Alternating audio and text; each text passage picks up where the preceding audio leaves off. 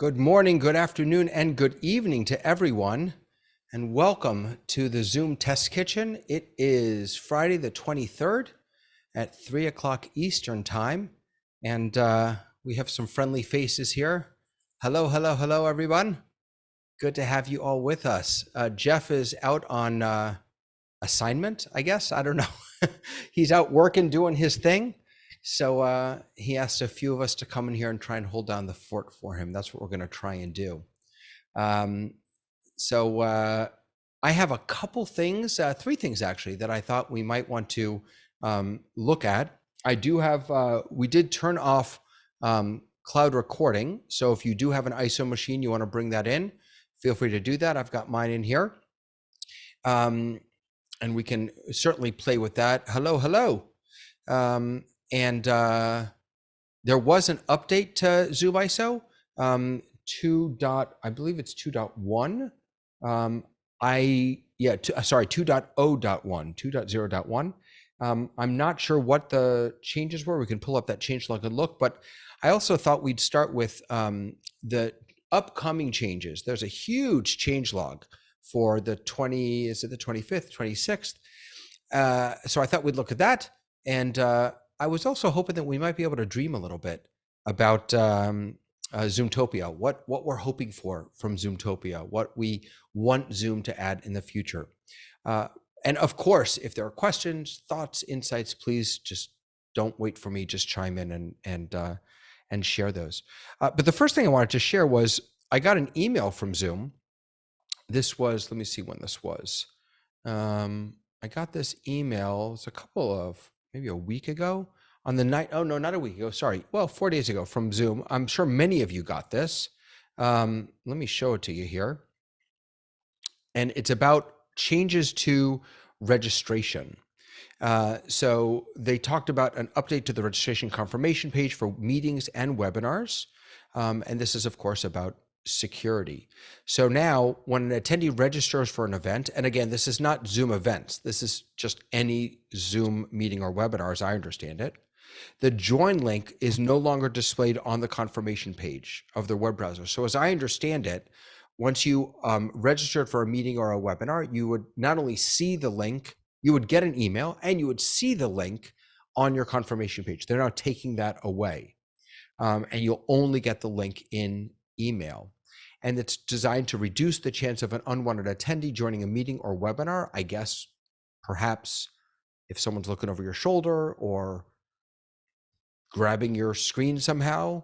Our enhanced design lets you decide whether a user can join your events that are already in progress or about to start. Selecting this option displays the join info on the confirmation page if a user registers less than 5 minutes before the start. So if you just sign up right before the start of the meeting, or if the meeting is already in progress, you don't have to go search for an email. You will have that information right on the screen. But again, they highlight that if you enable this, then it could allow unwanted people to join without email verification. And then the email goes on to kind of show us what happens here. Do you want to manually approve registrants, or do you want to just automatically receive information? And then here's the show join info on registration confirmation page, less than 5 minutes before. And I don't understand the tracking pixels. So this is going to affect October 17th. So we could try, I don't know if we can, because I'm not the owner of this meeting. I don't think that we can check this out on this account. And David, this is Ray Harwood. There's a note in there also that you can request this in advance, and I've already requested it. And in their typical fashion, if you make that request in about 5 minutes, they'll actually set that link for you. Oh, that's interesting. Okay, I didn't realize. Thank you so much. I didn't realize you had to. I didn't see the part where you have to contact support to get this to happen. I thought maybe it would just be something you could turn on in settings. That's amazing. So you have it. Do you want to? Is there a way for you to kind of show off what the experience is like? I had one webinar since then, and the reality is if most people register in advance, they don't even care what comes up on the confirmation page, and they're all waiting for another email, the day before. So really nobody noticed, nobody commented. And it's the idea is that they have to have a valid email address. Someone can't just go in and type, I'm Mickey Mouse from donaldduck.com and get the link to get in. So it's I think a nice security feature, but how much is it going to prevent people who really want to get in? I don't know. Well, let me ask you a question. So I guess the idea is, okay, you just helped me understand. I wasn't really clear on how people could abuse this system. But what this does is it forces you to have a real email address that you can go check. Okay, now I understand. You couldn't put in a fake email address and then see the information on the screen when you gotcha. All right. Gotcha. That makes sense. So this is what the that page looks like. You've successfully registered. Fantastic. All right. So what's interesting about this, I don't know how interesting it is, but I actually don't use, I use as little security as possible for my personal meetings, not if I'm running an event. For my personal meetings, I use the same link. I don't have a password on it, but I do have the waiting room so I can allow people in. So if I were doing an event, this is something that I would use. But for most of the meetings that I host in Zoom, even for those with companies or communities that I work with, most of them are wanting the lowest barrier to entry. And so they have they use that PMI, right? That permanent link to their meeting. And yes, I guess that raises some security questions, but I don't know.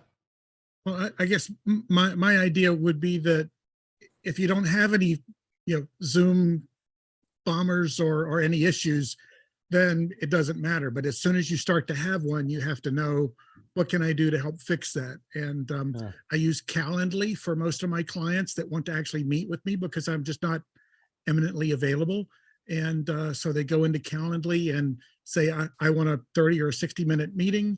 And they get a link from Calendly that has everything they need to know, and including a customized meeting ID. And they just know they click on that and they're there. Yeah, I know there are a bunch of folks in the tech world that I've heard of that really can't stand those online calendaring systems. I just adore them. I adore them. The idea of having to go back and forth in email, and the Zoom integration in particular, is just lovely. It's just lovely. Yeah, there's no more, well, I can meet Tuesday or Thursday afternoon or Saturday morning. Well, I'm not available those times, and right. Go from there. Absolutely.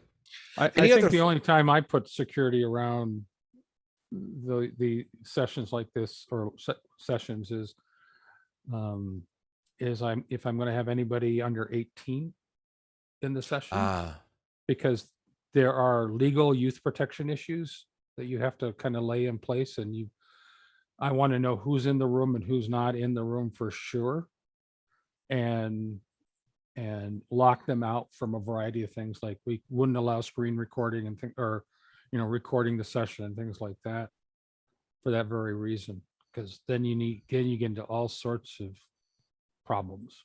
Yep, absolutely. And Tamara is in the chat is saying that people can reschedule themselves in Calendly, which is a huge bonus. It absolutely is a huge bonus. Yeah. Oh, sorry about that. Hold on. Apologies.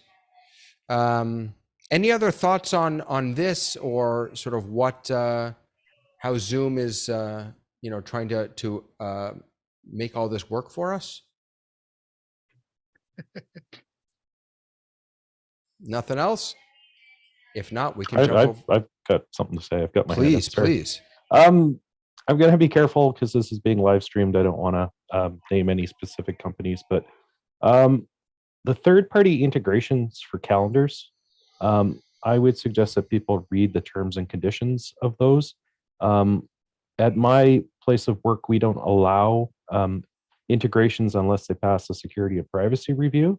Some of the integrations harvest information from the meeting. They can get email addresses, they can get usernames, they can get things of that nature. And depending on how you use Zoom and what circumstances you use it for, that may violate a bunch of laws in your area, or depending on your employer, if you're in medical or education or something, you may not want that kind of information captured. So that's a security concern for us. And what you said earlier about them not exposing the link to the meeting now without a valid email is super important, because before you could put anything in and get the link. And we enforce one minimum kind of security per meeting or event, whether it's a passcode, a waiting room, or require authentication. And as I understand it, that's a Zoom requirement also, right? You can't turn off. And, yeah. And we, for our organization, we've turned on authentication is required by default, but it's not locked. You can turn it off if you know the risks.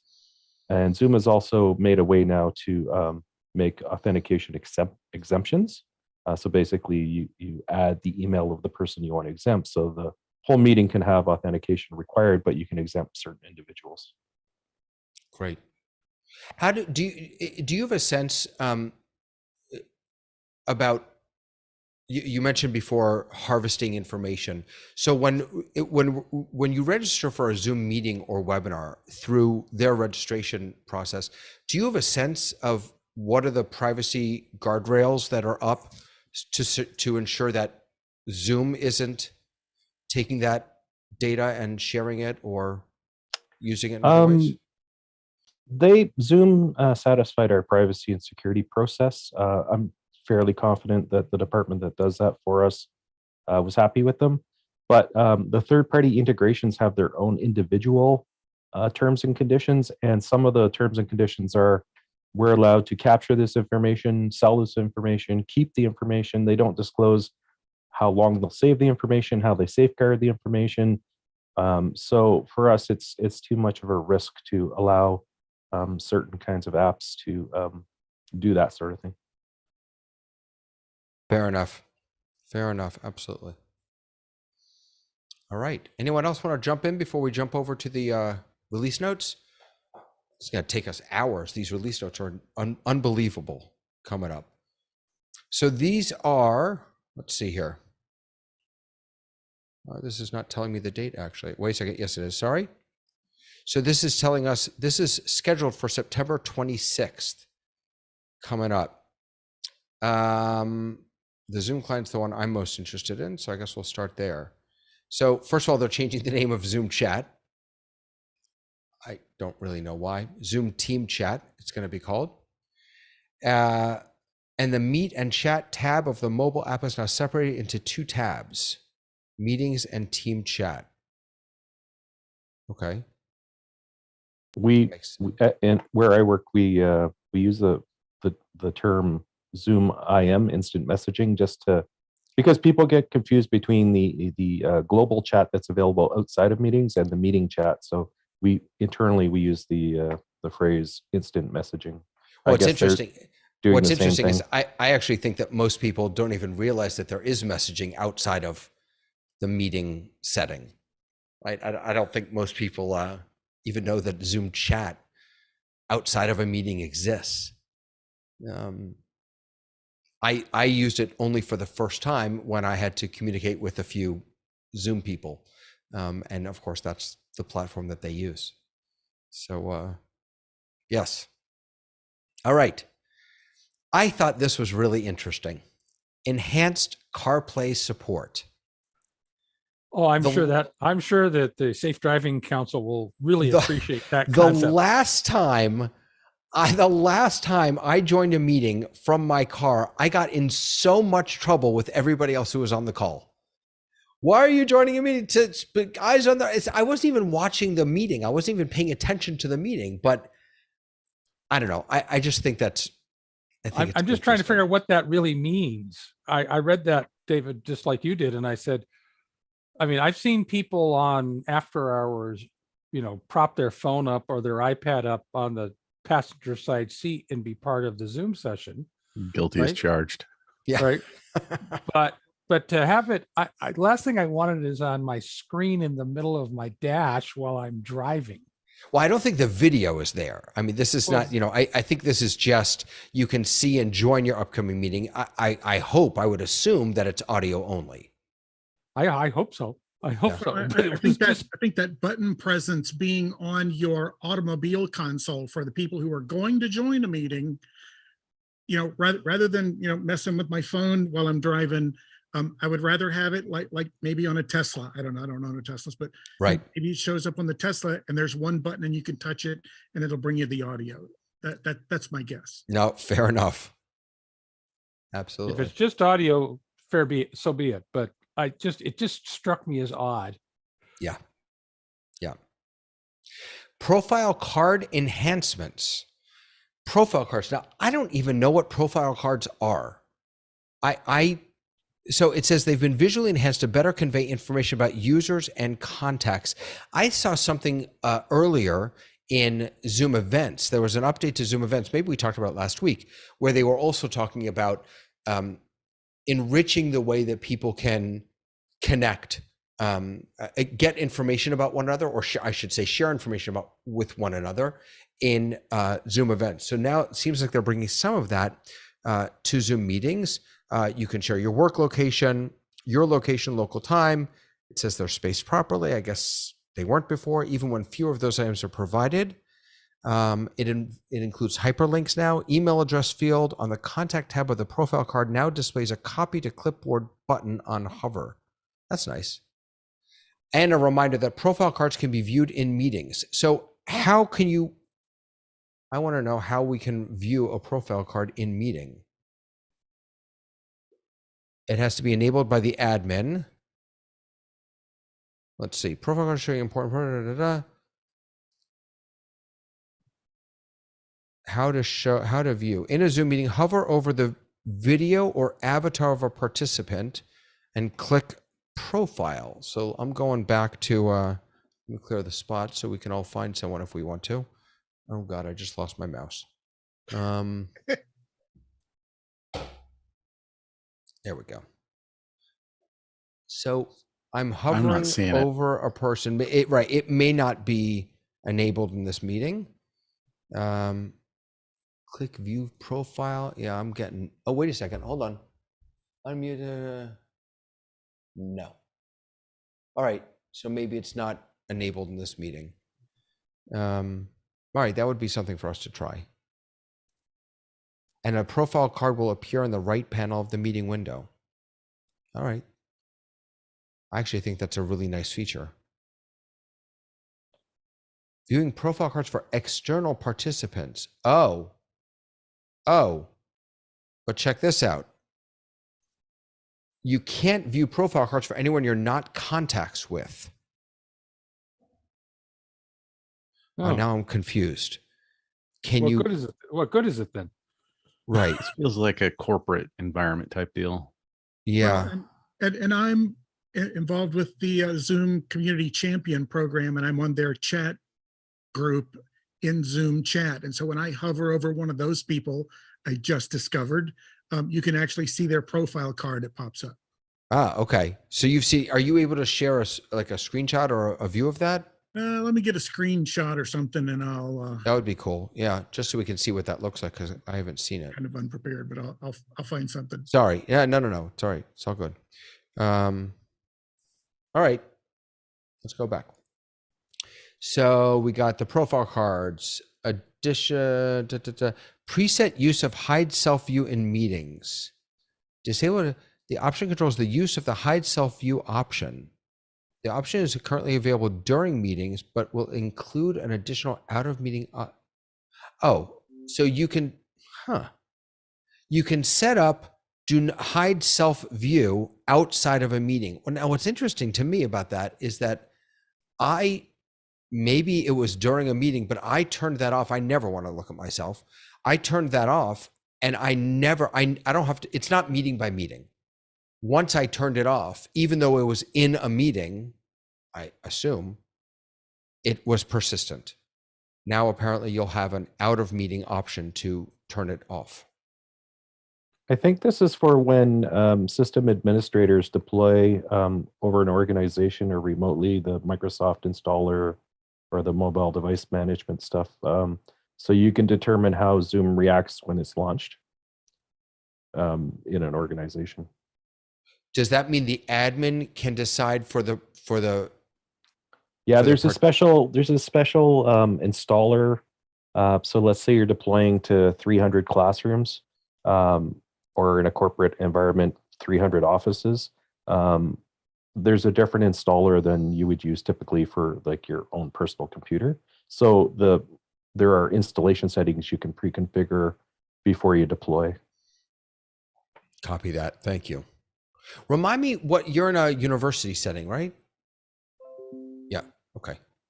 Fantastic. And are you the person who deploys this to the university? No, I'm not the server guy, but I'm on our Zoom governance council, and I'm one of the Zoom admins for the university.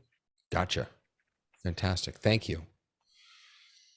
All righty. So let's see what else we got here. All right, meeting webinar features. So this came up, we brought it up last time, I think, and it came up in office hours. This is an interesting, so sign language interpretation. Now what's happening here is you could always have had a sign language interpreter in your meeting, and you could do a 2-up spotlight and they could be there. But what's interesting here is that they have a dedicated window, and the attendee can, who chooses to view sign language, can reposition and resize that window to their liking, which I think is a really nice implementation. I'll look forward to seeing that. There's also, it's only available to business and higher, or a pro user with a webinar add-on. And if you have the Zoom Events add-on, it doesn't count. You have to have a webinar add-on, not a Zoom Events add-on, based on my conversation with support. Because yeah, this came up last week, I think, right? Where there was a question about who was actually going to have access to this. So it's not for, if I have a pro account and I'm just running my meeting, I don't have this option. Right. Correct. And Alex did talk about it. I put a question in, I think it was Tuesday or Wednesday, and his theory was they want to test it on people who are really normal, good users of Zoom, and see how their customer support can handle it. And they may roll it out to everybody else later. But I thought it was kind of odd that if you've got Zoom Events, they won't give it to you. You have to have a Zoom webinar license. It's yep. I feel like it's not tension, but I feel like there's a little bit of, I'll just speak for myself. I could use some clarity around the differences between webinar and events. And I understand that events is a wrapper for webinar and meetings, but the fact that there are tools that are available to one and not the other, when events is meant to just be a wrapper, it's odd to me. Right. Yeah. The reality is Zoom Events has two different types, and you can have a single session Zoom event, which I don't think I've never heard of anybody having a single session Zoom event. And the other thing is a Zoom conference, which would have multiple sessions in it, and you can have up to 6 individual days. They don't have to be consecutive. And you can have webinars and meetings, and there's a lobby, and there's an expo, and there's some additional capability inside Zoom Events. So if you wanted to have something that went over several days, or a larger event with concurrent sessions or multi-tracks or something like that, Zoom Events is really good. I don't understand their rationale for kind of bundling webinar and Zoom Events together in a couple of areas, especially in the Zoom community. And I've actually had discussions with the folks in the Zoom community leadership. And they say, yeah, we've had this discussion with sales and they won't budge on it. Why not have Zoom events and then Zoom webinars and meetings in two separate, it's just weird, but yeah. Yep, agreed. There's a question just came in from the chat, going back to the sign language piece, which is, will the sign language, having a sign language interpreter, will that work in breakout rooms or just the main room?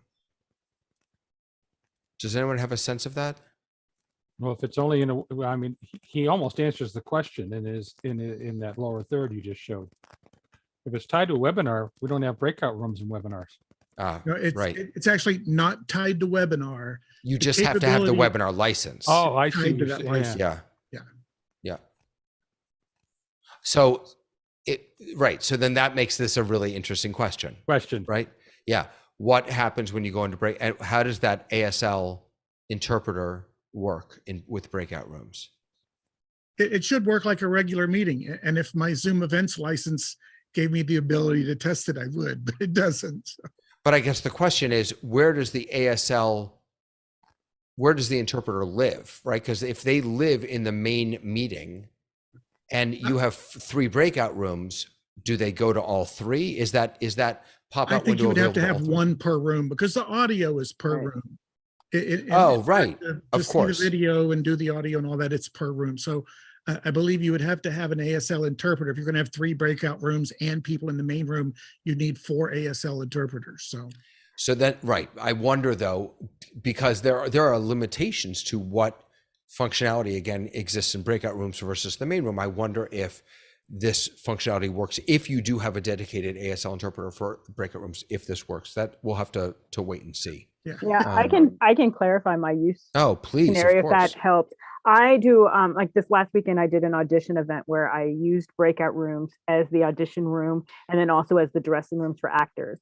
And I had an actress who was hard of hearing and I had no way of communicating with her in making a breakout room accessible. So we actually ended up making videotapes for each step along the way and then sending them out and getting them closed captioned to give her some amount of accessibility. But that's becoming a bigger conversation in the kind of events that I do. So I'm starting to really think about like, what are the ways that we can make things more accessible in other spaces?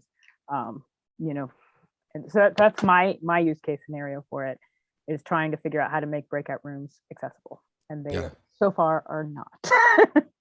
And my sense is that this is a really important thing to Zoom. Yeah. I mean, all things considered, they've been moving pretty quickly on making it as meetings in general as accessible as possible. Yeah. So, I mean, if that ASL interpreter ends up going in as a separate person in there, then you could, like, I could assign that ASL person to wherever that room. girl goes. But that fits that would fit my one girl who I happen to know was hard of hearing. But that doesn't make it accessible necessarily for the whole. exactly. For the whole team. So those are the kind of things I'm kind of thinking about now. Absolutely. Yeah, normally when I have breakout rooms, I have someone, and typically it's with the client, but I have someone that I designate as a co-host and sort of as the moderator. And my guess is that in order to assign someone, if it works in breakout rooms at all, someone like the co-host would have to assign them to that interpreter role in the breakout room. Now, what I haven't actually tried yet is in a breakout room, can you do the regular interpreter feature? Because as far as my understanding is, it's like the regular interpreter feature, but you can actually move the video around. You could say, I'm going to have someone do Chinese, and they will hear the English audio and speak the Chinese audio to those who pick the Chinese audio output. Right. Yeah, it's interesting because you can't assign things within a breakout room. So like if I needed to assign someone co-host, I had to actually pull them back into the main room Correct. to assign them. So if you kind of lose some of your, because it's the back end. You have to do that before they go. Right. So if someone lost their thing, they were like, Tamara, could you come out into the main room so I can be which I find so frustrating. Actually, right. to have to have, because if someone wants to, I believe it's even record Yeah, They Correct. have to Yeah. be They have in to the either be a main room. co-host or they have to be enabled to do local recording before But I they think leave. both, right, before they go into the break. So if I have a presenter go into the breakout room and they haven't been given Yeah. those permissions, I have to go into the breakout room. I have to pull them back in. It's, yeah. Yeah, you've got to get them out. Then one new thing that they have recently from when I did this last time is that you can actually request someone to come back to the main room. Like you used to have to just, the person had to get themselves in and out of the main room. And so you can call them back, but you can't automatically move them. And then if you want to move them back into the room, you have to do a little trick where you move them into another room and then move them. Oh, is that why it works? Yes, because they're I had a Zoom community question about that someone came back into the room and then And you didn't can't have the move them ability to actually back. get because they're themselves still back in. ghosted in They there. can go in, Right. Right. but you can't force them Right. in if they're not technically adept at moving. We create a little tech room as another breakout. And what we do is we're going to just fly you in a little step at a time. And we fly them into that breakout room. And then you can move them once they're in a different room and they're out of the ghosting position of the room they were last in, then you can move them back. So I'll add one more piece to this because you don't actually have to move them to the room. What you can do is, as an admin, you can assign them to another room, but tell them don't click the join button, right? Because they don't actually go to that room if they don't click join, unless you force them in. So what I do is I assign them to a different room. I say, don't click that button. Then I assign them to the room that I wanted them in. And then I say, click the button. And then they. Well, and I do, so the events I've been doing, I don't allow them to some of them, I have self-selection events. Like I run a writer's retreat once a month where people can choose to go whatever room they want to go into. In some of these events, I take the control back from them because I don't want them going into the stage area on their own. So they can't, the only thing they can do is agree to come to the main room. I can't actually zap them by myself. I can just request and then they push a button. Every other step of the way, they don't push a button, I push the button. Gotcha. And just to put my wish list out there, if you've ever been in a webinar with the backstage event, the backstage piece, instead of the sort of front stage and attendees, there's a backstage piece. If you've ever been in backstage and moved to the front stage, it's seamless. The windows don't disappear and then magically come back. If we could get breakout rooms to behave like that, I'm going to put you in a breakout room and your screen changes, that would be wonderful. But this whole, it confuses everybody and it makes it all difficult because they're in this limbo state for what, 3 to 5 seconds while the windows all close and the windows all come back. And guess what? You were unmuted when you left, but now you're muted when you come in. And I would just like to be able to go, boom, you're in this, salon A now and not have anything else happen. My guess is that's because they designed Zoom before they designed breakout rooms. And so they were designed as 2 separate back ends and then everything was a catch up. Whereas they designed that other back end piece as part of Zoom at the same time. So they were able to do that. So to do that, I imagine they would have to make a significant relaunch of they'd have to do it behind the scenes and then it just be a drop where it suddenly appears. Eventually, 10 years. There were a bunch of strange behaviors when you go from the main room to a breakout room or vice versa. Yeah. I've noticed that. So I use the dual monitor mode. And for some reason, every time I'm pushed into a breakout room, my second monitor, the second Zoom window decides it has to go full screen. Yes. And it's so, and because I'm using multiple physical monitors, it always goes full screen on the wrong one, right? I have a dedicated monitor for my first Zoom window and for my second Zoom window, and it always pushes itself over to my main monitor and then goes full screen and I can't see anything anymore except for whoever is there. It's if we could just be, and we always have to sort of remind ourselves that we are the edge use cases, right? Normal people just don't care about it. One of the things I would say, David, is because Mac, it does the same thing on a Mac until I found a particular tool that would say, don't do that. And it turns out it's a Mac function. Okay, what is it? Well, I need to enable it. So well, it's not a function you can enable or disable. It's just, it says it will automatically go to the available full screen. So But no other apps do that. I didn't say they did. I just But mentioned- but what I'm saying is, if it's a Mac thing, wouldn't it be actually persistent? there are, at least on a Mac, there are, all the Office applications are notorious for doing that too. They Oh, always end up okay. starting on the wrong screen for me. I don't use any of those, so that makes sense. Okay. Right.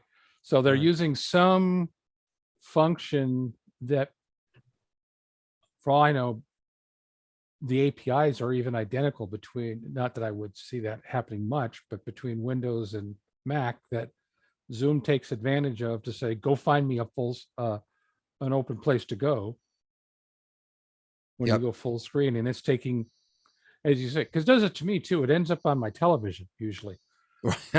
Right. So here's a lot of behaviors in breakout rooms that point to the possibility that breakout rooms, it's too big, are actually a different meeting from the OSC level. For example, we've seen that users get a new participant identifier each time they go in and out of a breakout room. Interesting. That is interesting. I don't know if breakouts came before or after. I think you're probably right, Tamara, that they came after, and therefore their functionality isn't quite at the same level. I do think that Zoom still needs to figure out or do some thinking around the role of breakout rooms and where they belong. The fact that breakout rooms are not in webinar, for example, to me, I don't use webinar, so I probably shouldn't even comment on this, but it seems odd to me that they're not there. It seems like webinar is just as good a place as any to have breakout rooms be available. The problem there is scale. If you have a webinar with 5,000 people, breakout rooms, I don't know. I think from Zoom's perspective, A, becomes unmanageable, and B, you also don't really know then if you've got 5,000 people and you have 5 breakout rooms, now you've really got 5 rooms with 1,000 people each in them. From a webinar perspective, that's the reason that a regular Zoom meeting won't go greater than 1,000, is because we don't want to multiplex video between 10,000 people at one time. Have people in an audience who just get the video from the primary players, the panelists and so forth. Yeah, that works fine. But if you had breakout rooms and webinars, and then everybody could talk to everybody, it would be a bandwidth drain for Zoom, I think. Yeah, and Tamara's also pointing out or reminding us that I believe at this point you can only have 100 people in a breakout room. So if you've got 1,000 people in your meeting, It's larger, I believe. right? You could have 10. You could have 10 breakout rooms. And the workaround that a lot of people have I think created is that you have multiple meetings with multiple breakout rooms, and then when everyone is meant to be together, you just you send the program to all of those different meetings, and then they watch it, which I guess is actually sort of the way office hours is going to be running right now. The program will be running into a breakout room in after hours, starting after today, as I understand, or maybe it started today. I wasn't able to come today. Actually, it's actually already started, David. It already started, and that's also the way that the wedding that some of us attended was handled. Right, the program was just fed into the different breakout rooms, but so maybe that's our tables. right.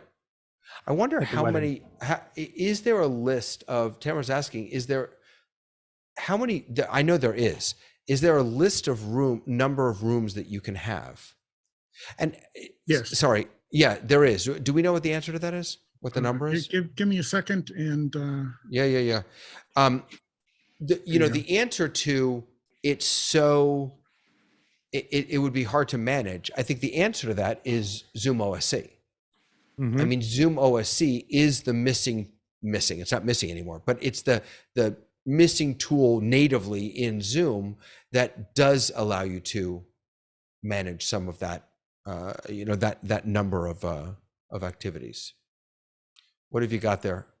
So you can create up to 50 breakout rooms, and how many breakout rooms you have gauges how many participants you can have in a breakout room.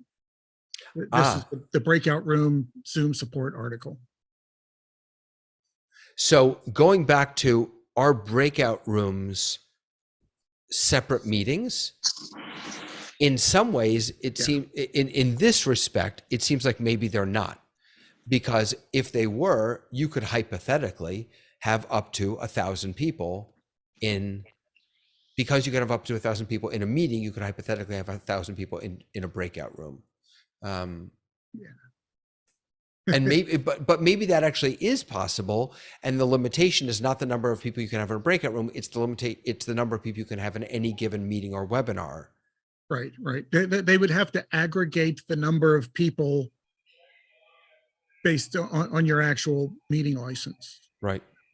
It would slow down your meeting though considerably, because like I had my event this weekend, I have 150 actors that come in over the course of 2 days, and I have 40 to 60 people in the breakout room. And we found that I had to turn cameras off on everybody. Like as soon as we added more people, it made the system more unstable throughout the day. So it's like, you can do it, but you're asking for a lot. Like, I think, I don't know enough about ZoomOSC only to know that I need to learn it and start using it and think of other ways to do the events that I do, because I'm pushing Zoom, I think, to its breaking point in terms of having a full day event where the same people are in one meeting. After a while, if an iPhone comes in, everything goes away. iPhones don't travel into breakout rooms well, they turn their orientation. So like, I know I have to learn way more to be able to do that. But I think that just because it says you can do it, I'm doing a much smaller amount than what those lists say, and things become unstable pretty quickly. Tamara, I would ask the question, how many people do you have in the same space helping you with your meeting? Last year I did it with a group of 20. This year I have a little bit, I have less. Are they all on the same network? They're not on the same network. No, we're doing it remotely. Because that's what I've actually found a couple of places who've said, gosh, when we have large meetings and we have large amounts of video, everything kind of goes to crap. And I basically said, look, if you'll turn your video off, because they've got 10 people all attending the same event. And so there are 10 streams of, 144 by 80 or whatever size, and if you've got 49 videos on your screen because you want to see everybody, that's coming through. Yeah, we for sure did that. So our auditors, our producers, and our casting directors, they all had their video off. And then we limited the other people coming in. The answer for sure is to use 2 meetings and to bring my actors in that way, which we have not done because we're literally down and dirty and scrappy at this point. So I know for a fact the next time we do this, that will solve some of the instability issues. And then you're just dealing with, like I literally sat for the last week with every single actor and reset their video and their audio and all of that. So I knew everything about I relit their New York apartments, or their London or Australia apartments. So I know that there's a better way than we did it the very last time we could possibly do it this way. And it was fine, but it could definitely be better. I knew it could be better. They were fine with it, but. I think getting back to the breakout rooms, one could also make the argument that only in my use cases, the whole point of breakout rooms is to have smaller groups that are able to communicate with one another. And when you start adding 50, 100, more than that, then you completely miss the point of that. And I was gonna welcome, where'd he go? I was gonna welcome Jeff. Did he just drop out? No, I'm here. Jeff, I turned off my camera. We want to see you. Say hello. Here we go. Hang on. You'll see me under the bleachers because we're getting rain right now. All our cameras are covered and we're just standing around waiting for it to pass. So I thought I'd jump in real quick. And what kind of event are you at? We're doing a football game. Nice. Well, stay dry over there. Stay dry. We'll do our best. All right. So folks, I'm gonna push us forward if that's okay, because we've literally done the first three things in these notes here. So we did let's see, we've got enhanced in-meeting audio controls. This I also thought was really interesting. I remember from early on when the toggle for original audio was the other way around, and then they changed it. I don't know what this means, but now desktop client settings for original sound, noise suppression, other advanced audio controls have been updated to be clearer. And the in-meeting original sound toggle has also been enhanced to indicate the current status and effect when the toggle is clicked. I hope they don't go back to the other one. I hope they don't revert it. Maybe we're going to get, a light indicator or something, a green or a red. I don't know. But that'll be interesting.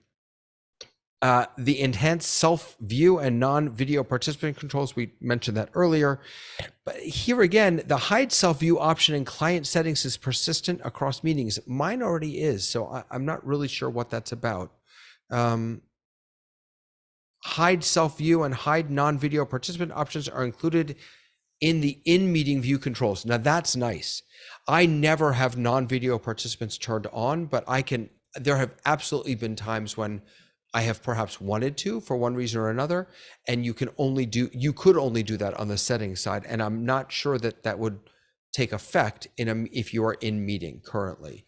And an enhanced in-meeting toolbar for mobile. Oh, I wonder, Tamara, if this is going to help with mobile accessing breakout rooms. Right now, the toolbar is swipeable. I sure hope so. Yeah. But it won't be immediately available. It's rolling out over time. Okay. You can do through the settings now and have meetings accessible if you do it through the app and not through the web page. Oh, you can. You can. Okay. You just have to go to the settings site and do it, and it'll take effect. And it takes effect in the meeting. Yeah. Okay, so now they're just adding it to the toolbar at the bottom, I guess. Wait, or maybe actually up in the top corner. Let's see here. Set reminders for messages. Oh wait, sorry, I skipped. Schedule recurring meetings. Could you not schedule recurring meetings? No, it's good. I've been doing it all for about a year and a half. I don't know what. In the desktop client, I guess we were always doing it in the web portal. Yeah. Now it's built into the desktop client. Okay. Rich text objects in whiteboard text objects, sticky notes, shapes can be more finely formed. Everybody is getting into the whiteboard game. I actually think this is, I don't use it enough. I think it's an interesting space. Canva, was it last week, had their big event, and they announced a big upgrade to their whiteboards, which are, I actually think, really well done. I haven't used them for collaborative work yet, but it'll be interesting to see whether this, speaking of sticky notes, if this sticks. Bulleted, numbered lists, rich text options. All right. Chat, reminders for messages. I guess is that like notifications? I think it's like a sticky message. I think that if you click on it, it kind of goes away, but it stays there because you can set a notification now that never goes away. Yeah, till it rolls out, I'll test it. In meeting chat to Zoom team chat. So here we go. So this is, again, bridging the gap between those two products, the in-meeting chat and out-of-meeting chat. So you can now share chat messages sent during a meeting to Zoom team chat. The host chooses this option and specifies an existing chat or channel. The host, I wonder if anyone can do that or if it's just the host. Oh, no, sorry. Meeting hosts can share chat messages. My apologies. After the meeting ends, the transcript is automatically posted as a meeting card to the group chat or channel chosen by the host. Members of the group chat can click the meeting card to view the meeting messages. It's interesting. Go ahead. That helps in the case of, I don't know how many of us have, ended a meeting and said, I really want that information that was in the chat. Yeah, but it's not clear to me that it's not the whole. Is it the whole transcript, or is it all of chat or a specific message in chat? Right. That's, I guess, my question. I guess it's all of chat, because it does say the transcript can share chat messages.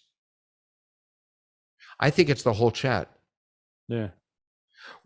So one of my questions was going to be, well, why, if they're sharing this in a channel, why wouldn't they just share the message, just post the message in the channel? But if it's the transcript, then it makes sense to have a meeting card that you can then click in to see the messages.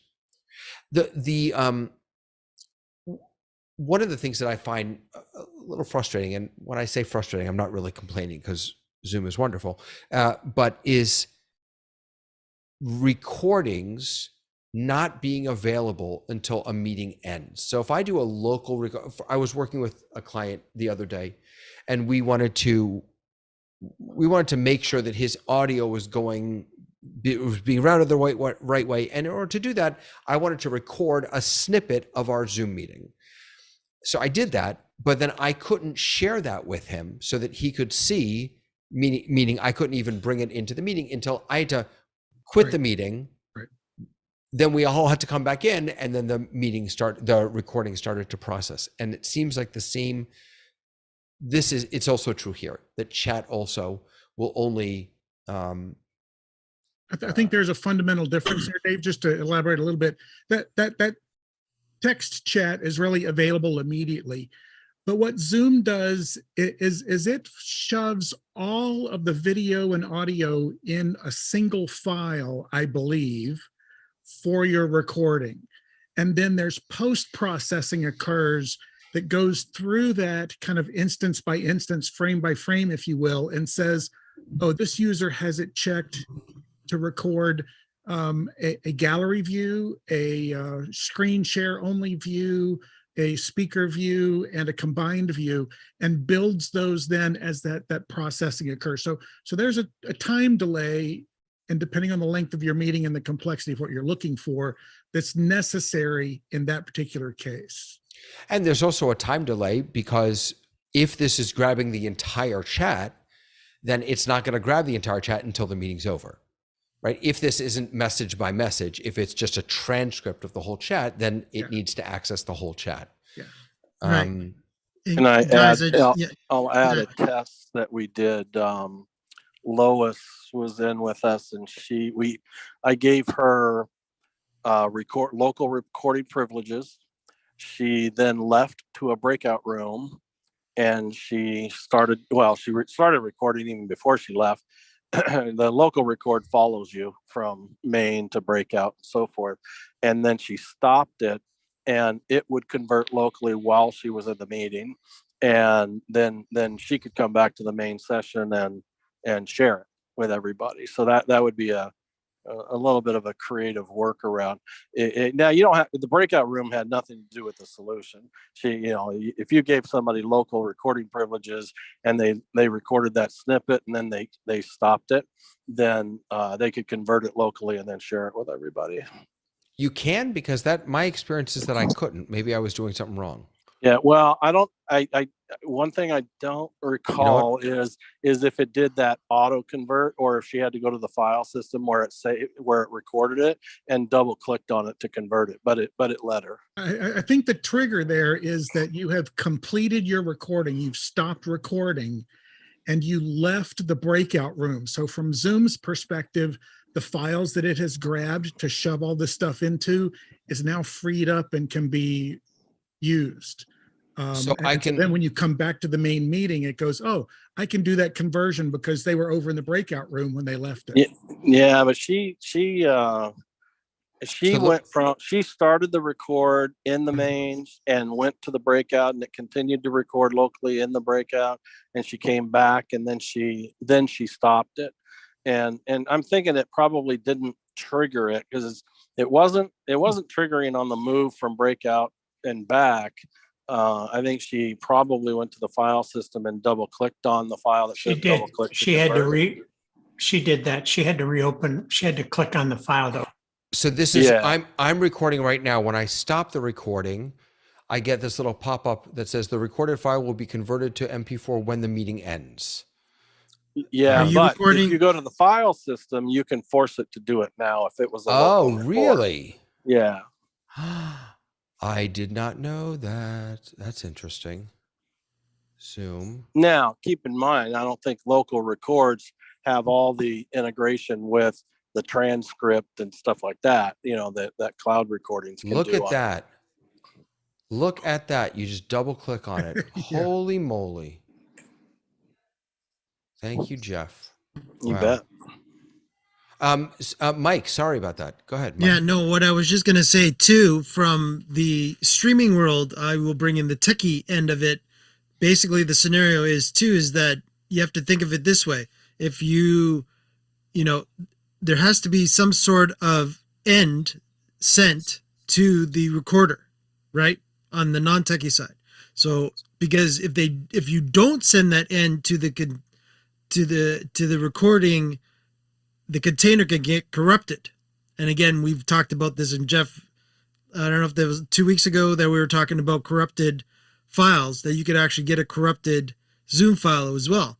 And that is basically the same scenario of the container itself, the MP4 container in this case, didn't actually know that it should be ending, and it will corrupt that container. The video codec and the audio codec, it will corrupt it. So unless some sort of command is actually sent, which you just did by doing that manually, it sent that, okay, you're telling me to stop the recording now. I'm going to stop that recording hard. And actually, there's special bits that are actually added to the MP4 container at the end to actually say the video is finished.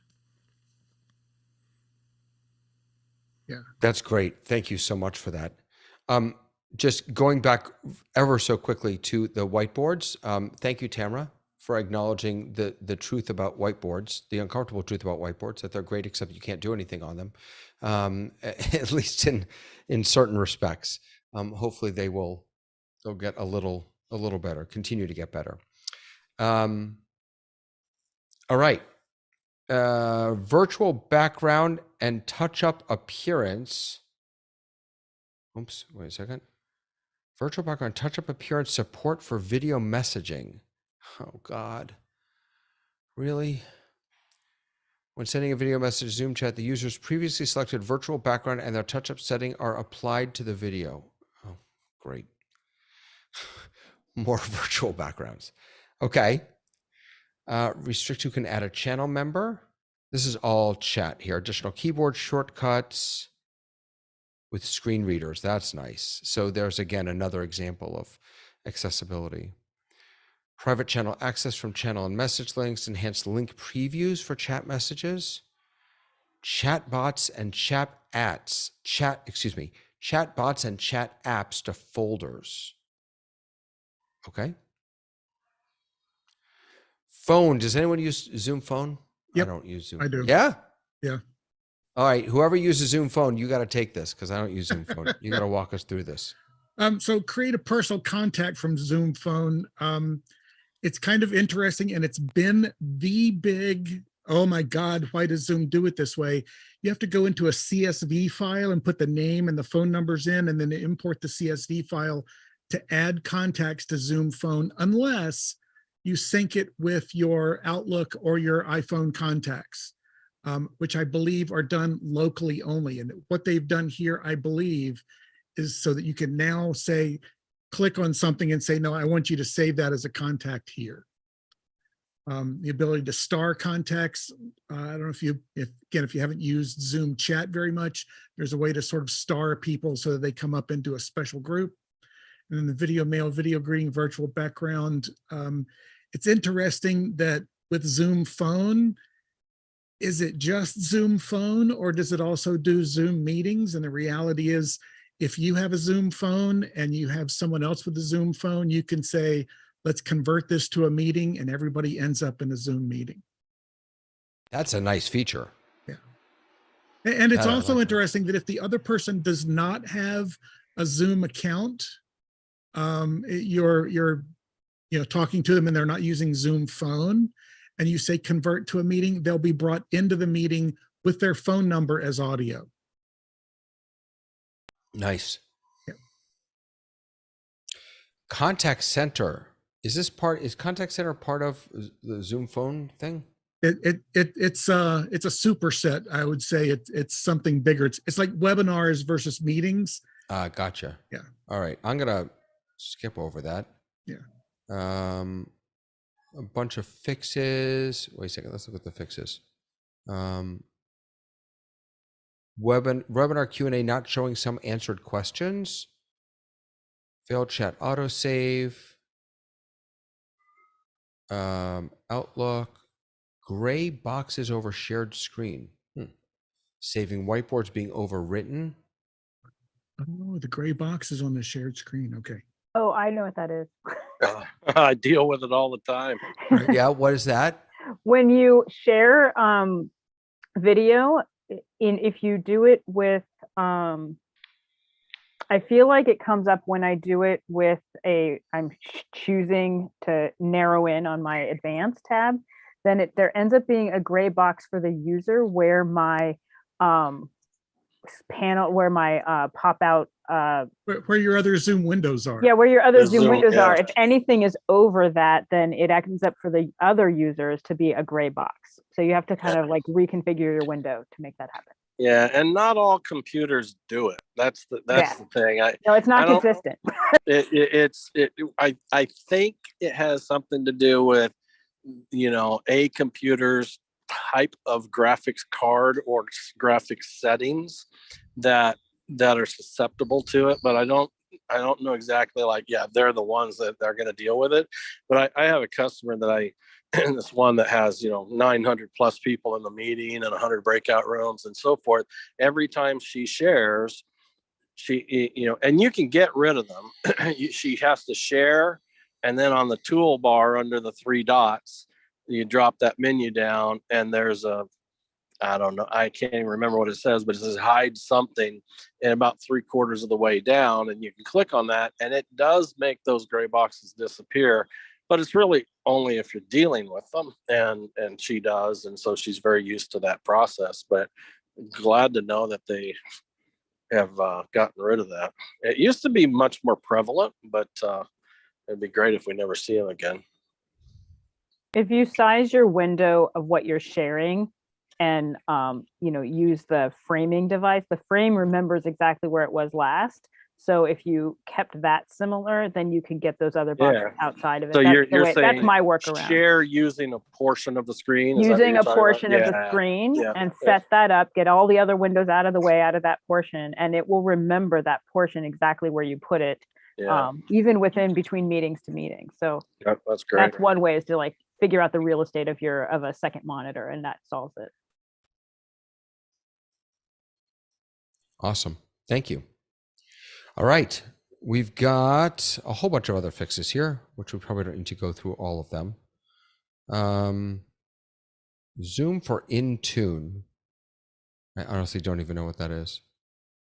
But they're also getting CarPlay support, so that's good, I guess. Looks like a lot of the same features here. The one that I saw, it wasn't a fix, it's a feature, and maybe it's in the next set of features if you're on the first.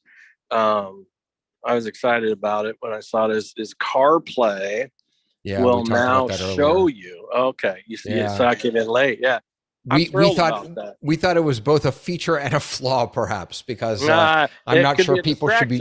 Yeah, I'm not sure people. So many, but yes, but no. And our assumption is that well, I'm not sure it has to even be an assumption. I think it's a given that you're not going to get video on your screen, but you'll be able to join the meeting, and you'll be able to use the Bluetooth CarPlay in order to hear and participate in that meeting. And it's a bigger screen to touch, Right. That meeting, click, and then you're in, And one touch big screen is I think it's great. And I'm assuming it will be audio only as well. Yeah. Does anyone use virtual desktop infrastructure? This is the first I've heard of it. Oh, my world used to be surrounded around VDI, and it's people who use Citrix or VMware's VDI client. They're just thin. They're not even, they're thin computers or fat computers or thick computers that they don't really have a whole lot of processing. The whole kind of guts of the computer in the data center. Are these like And clients? yeah, they're just thin clients, and or they can use their laptop, but their experience, that by all appearances feels like a full-on computer experience. What's really happening is just the transfer of pixels from the data center out to their screen. Gotcha. They got a lot of fixes also. A lot of features and fixes. For the web, not a lot there for the web. Is there anything more for the Outlook plugin, IBM, Skype? Where did I miss the beginning of this? Did I skip the oh no, the client? We did the client, sorry. Right, so these are all the client. This is, I think, probably the most important piece Well, here. what was the web feature? It didn't look like much, but that's kind of, when you're Yeah, let's do it. .us. Yep, absolutely. Thank you. Let me go back down here. Here we go. So asset tag description, assign a tag to your Zoom Phone appliances. Yeah, all those ZPAs are if you have not just soft phones, but if you have hard phones on your system. So Yep. Factory reset, scheduled restart. These are all for ZPAs. Yeah. And reassign last user or common area. It looks like it's giving the admins a lot more control and power there. Some bug fixes, and then we're in a Zoom room. 2 controllers we're showing instead of 1. Nice. That's a lot of stuff. This is all coming on the 26th, I believe. It's a lot of stuff. Did anyone see anything different or new? Has anyone downloaded 2.0.1 of ISO? I have it, but again, I'm not sure. It seemed more stable to me, David. it? I tried it yesterday, but that's not quite as finicky starting it up. Yeah, let me pull up the see if I can get the release notes here. Try beta. Documentation. Let's see.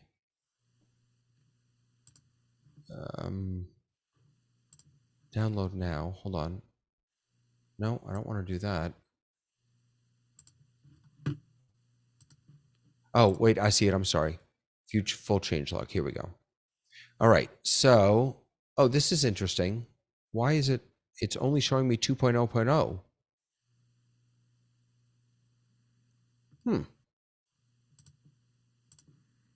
That's interesting. I'm not seeing the release notes for 2.0.1, but I know I have it, so I'm not sure where those are hiding.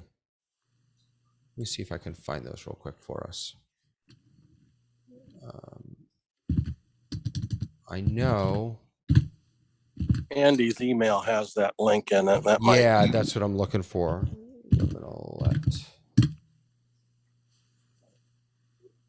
Here we go. All right, I got it here. Let's see. Here we go.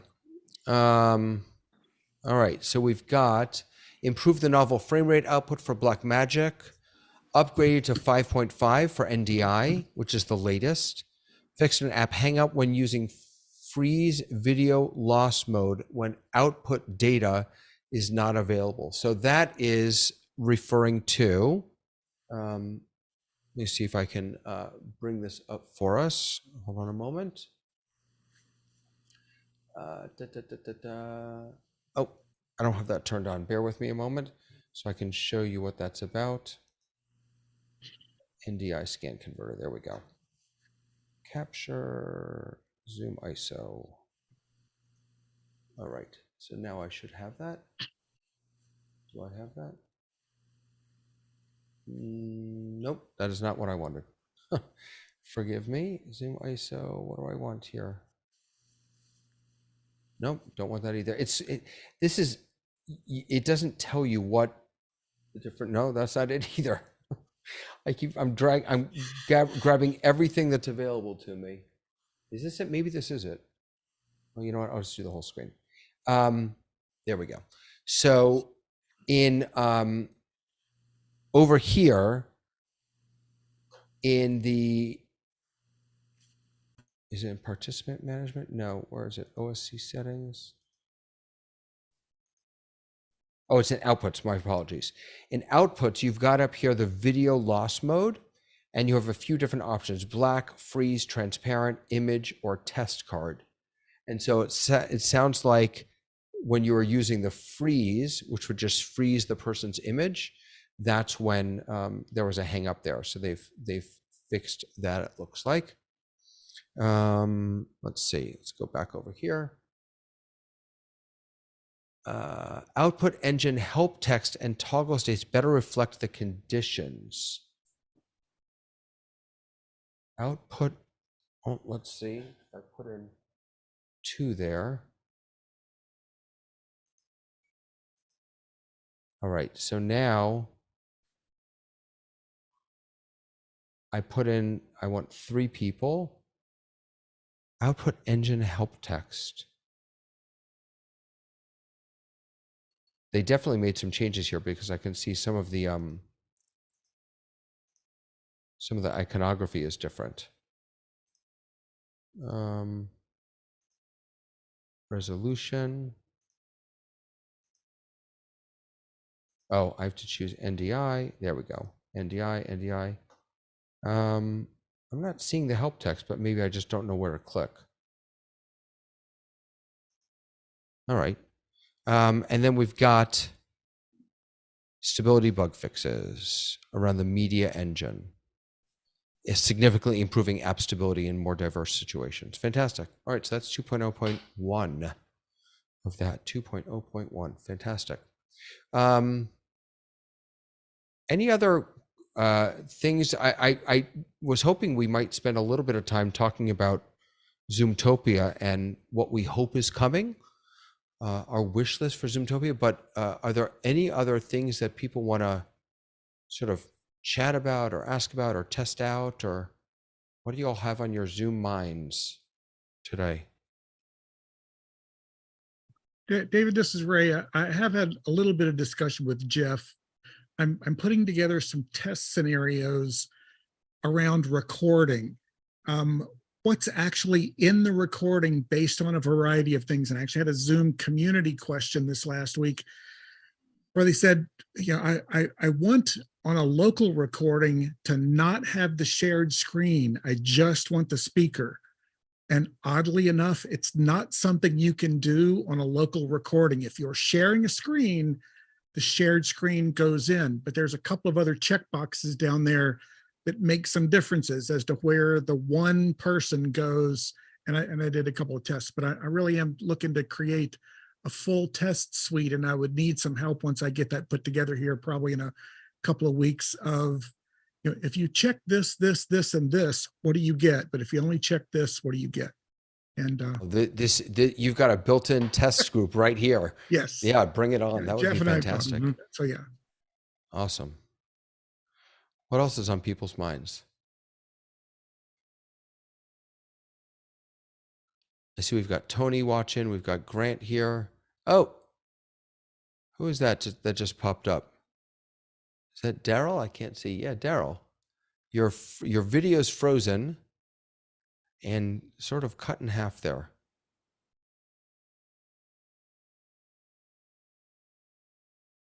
David, I did manage to get a couple of those cards. Oh, yes. The one on the left is mine, and then I think we all know Denise Lahat. She's in my chat group on Zoom chat as well. And when I hovered over hers showed up. You know, nothing particularly, you know, oh no, I need to blank that out. There's just stuff there, but I can click chat, invite to a meeting, send an SMS or call if I've got the home phone number. So and just to clarify that, so this is in webinar, this is in this was in Zoom chat, and okay. I hovered over Zoom's you know, it says Denise Lahat underneath this. When I hovered over it, this popped up. And so this on my corporate account I hovered over one of my other Zoom accounts and this popped up. But then I said, oh, look, there's Denise. I'd love to see that functionality built into a Zoom meeting. That where It you could sounds to me like they're saying that it will be. yeah. And maybe that's version dependent coming up soon. Right. Hopefully on the 26th we'll see that. That's awesome. Thank you so much for sharing that. Amazing. So who's going to Zoomtopia? Anyone? I'm virtually attending. I'm virtually attending as a Zoom community champion, they invited me to come out, and I said, "Look, my traveling days are over, but I will be." Yeah, I signed up to attend in person. You're going to be there in person, Jeff? Yeah. Oh, that's amazing. What are you hoping to see there, Jeff? What's kind of on your wish list? People in context more than anything else, to just expand my touch and relationships with those in and around Zoom, and just get a real feel of the culture that I have, a great admiration from my perspective now, but it'll be interesting. I've never been, and they invited me out, so I took them up on that, and we'll look forward to it. I mean, my strong focus is meeting and webinar, but I'd say as far as priorities is Zoom meeting with production, and then webinar. And that's really kind of hard to put webinar after it, because often it's webinar with production, but needless to say, it'll be fun to spend some time with Andy and the team, and just see what these guys in the events team are still getting after. So it was good to hear from them at IBC and all their focus, and that momentum's not gonna go anywhere, that's for sure, except up. That's right. I thought it was really interesting. Hey, Tony, I see you there. Give me one sec. I did think it was really interesting that the tagline for Zoomtopia this year begins with a hybrid experience. I wonder if they're going to try and model how to do hybrid well, which if they figured it out, then more power to them. I have not. Yeah. I think, I mean, you think about, they are a virtual company. Well, then and they really, really, really became the one during COVID, right? And then most of that's all ended, and a lot of live in-person events are back. I mean, they kind of had to embrace it, right? And they're doing a heck of a job doing it. I mean, when I first connected with Sam and the events team, I believe that he said there were like 8 people on the team, and I don't know what it's grown to, but it's grown significantly, let alone they've added the whole development edge with Andy and his team's addition to it as well. And so, I think it's super, super wise of them to embrace production with their tool, versus trying to convince the world that, their meeting solution is, the way they should be doing everything. And it's like, no, I think they've made a great choice.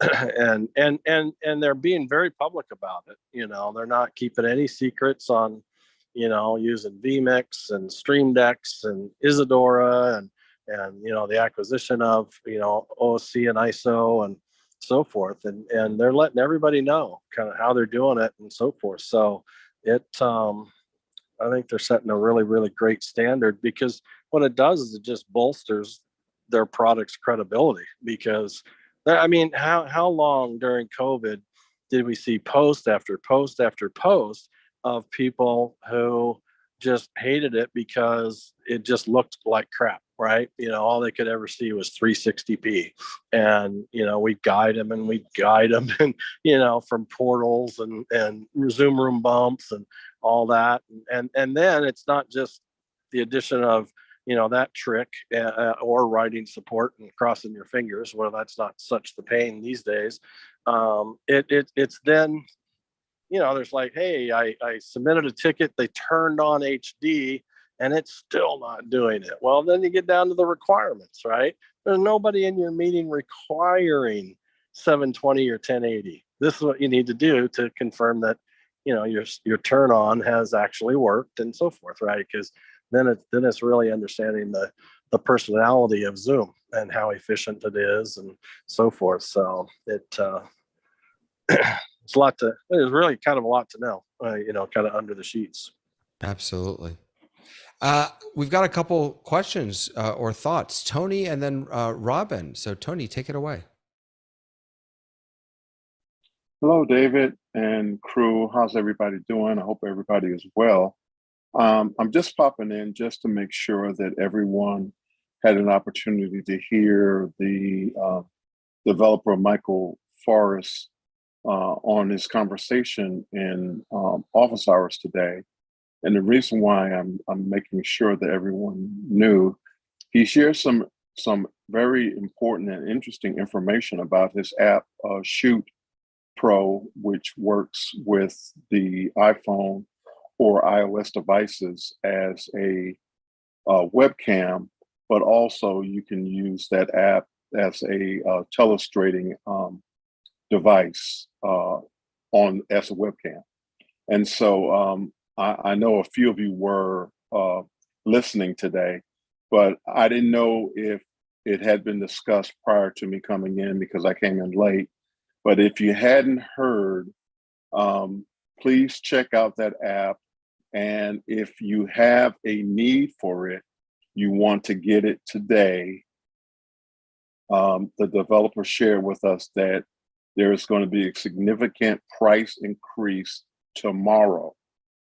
So if you have a use case for that app, please go and check it out.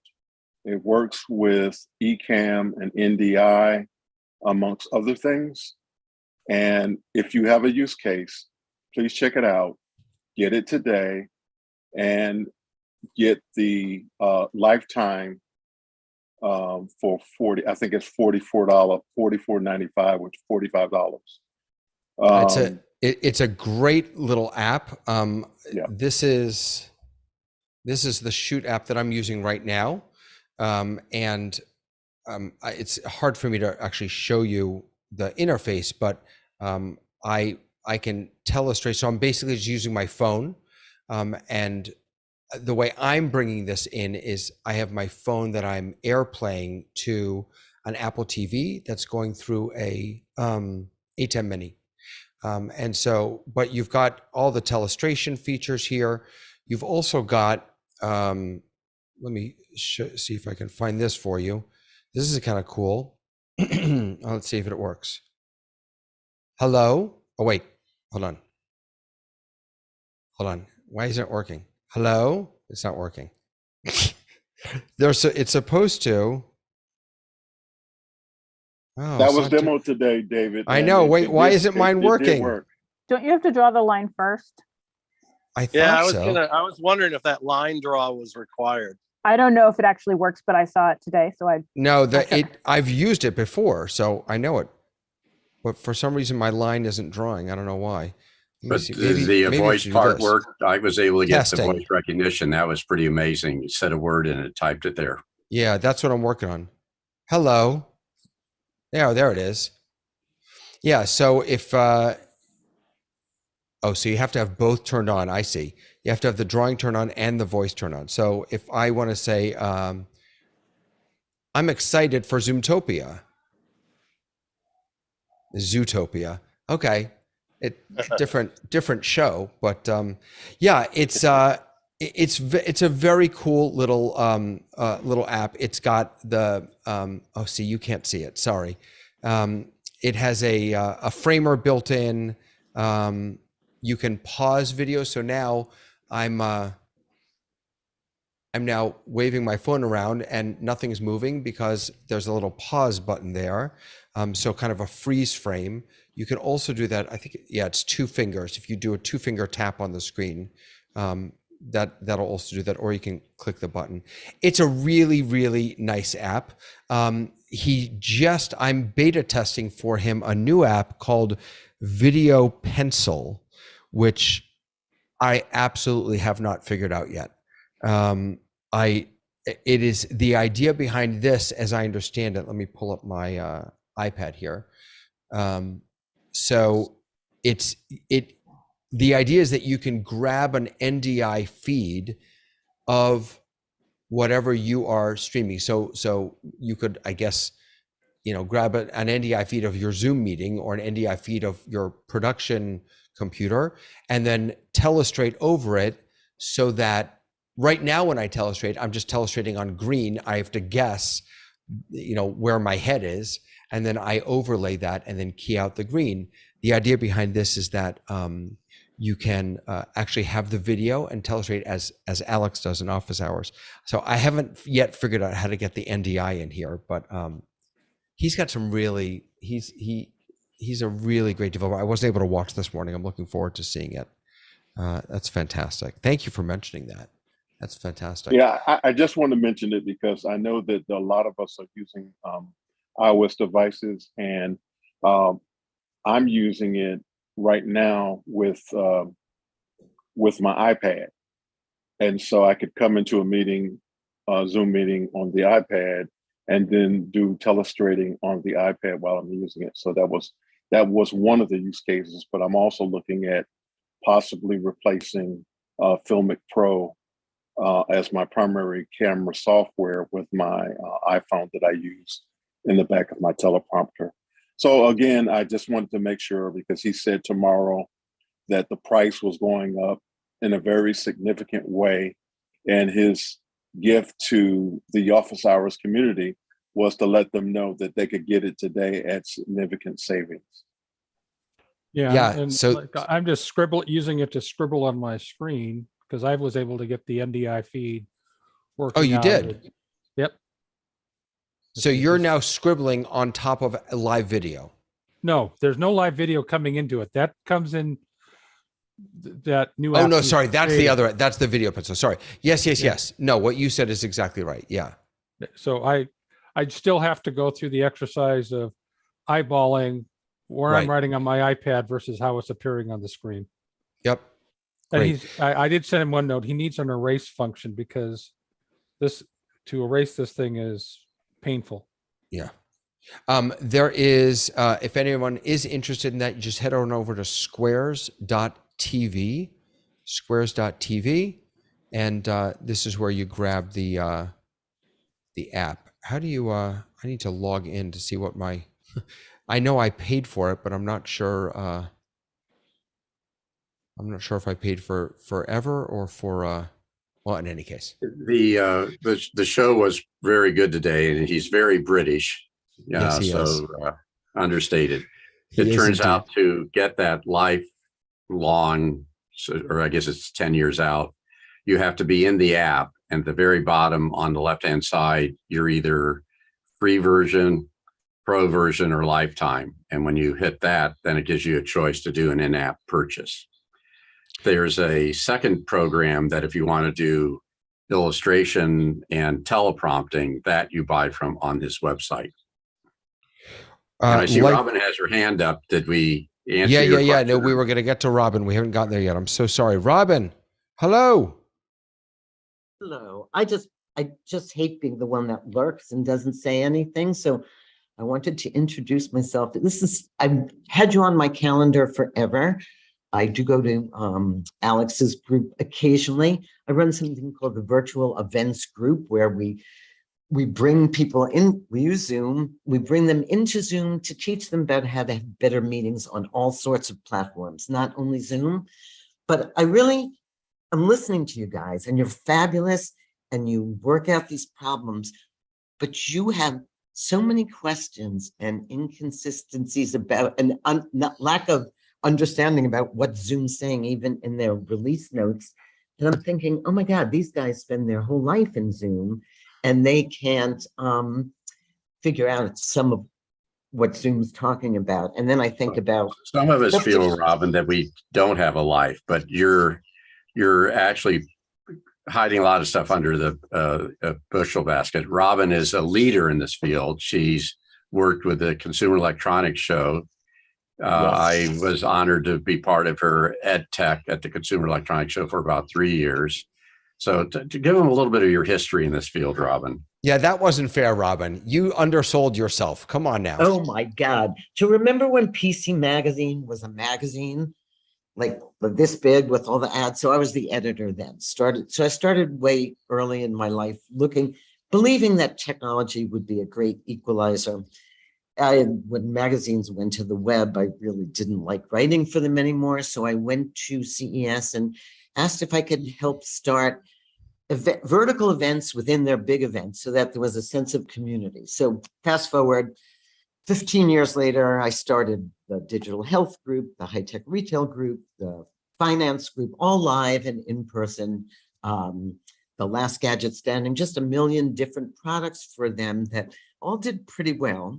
A couple of kids and families, so that there was a place if you cared about technology to go for your interests. Anyhow, for like idiot reasons, like just dumb luck, I sold the company to CES in December of 2019, before anybody even knew there would be a pandemic 3 months later. So I thought I was going to retire, and then said, gee, all these people are asking me about virtual events. I can figure this out. So I started a virtual events group, and it really was just a gathering place for people who, mostly corporates, who needed to figure out how they're going to reach their clients. And I have to tell you, after a year and a half, I feel stupider than I did when I first started. I find Zoom, I'm scared to use an app because I have no idea if they're going to take my users' information. There's no real way to experience the experience unless I use the app, live and take my chances. I find most of the help session kind of inscrutable. People from Zoom on this call. And because I know it's not from lack of trying, but I think there's so much work to do to just take the average Zoom user just wants to know a little more. The difference you guys were talking between a webinar and a meeting and an event. Even making a purchase and requires so much research. If you want to buy a Zoom app to integrate, you've got to read the privacy policies. You've got to read, other reviews. It just seems that there's got to be a way to sort of formalize this. And I know you're doing it, and I know Alex is doing it. And if I can help you spread your knowledge, I will. So I'm going to try and come more regularly. And wanted to say, Robin, why don't you give the web link to the VEG website? Sure. While she's getting that, do you all have thoughts on virtualeventsgroup.org? Thank you so much. You know what, you guys, we normally say $375 to join. For you guys, I'll be like the shoot guy, like $99 if you want to be in it for a year, if you want to be in our shows, participate. I just want to create a community where everybody gets smarter about virtual events. And to go back to Zoomtopia, there are I see John Idelson. Now I'm going to laugh. John taught me a lot of what I know about Zoom, but Zoom's in a tough position right now. Live events are coming back. If I were them, I would be going to the halls like the Las Vegas Convention Center. I'd be going to Freeman. I'd be going to GES saying, let us be your solution, because everyone wants to do a good hybrid event, and it's painful, and it's driving event planners to their knees. And people want a good hybrid solution. Zoom is a good hybrid solution, but they do have to get better at articulating what the best needs case is for which audience. When do I need a meeting? When do I need an event? When I actually found myself yesterday, I thought I was going to a Zoom meeting and found myself running a Zoom webinar and did not know the parlance, didn't know how to chat with the whole group, not just the panelists, found myself like in an idiotic position. But so I think we all just have so much work to do. And if there's a way I can help you, like I said, I hated lurking on the whole conversation without adding something to it. You guys are amazing.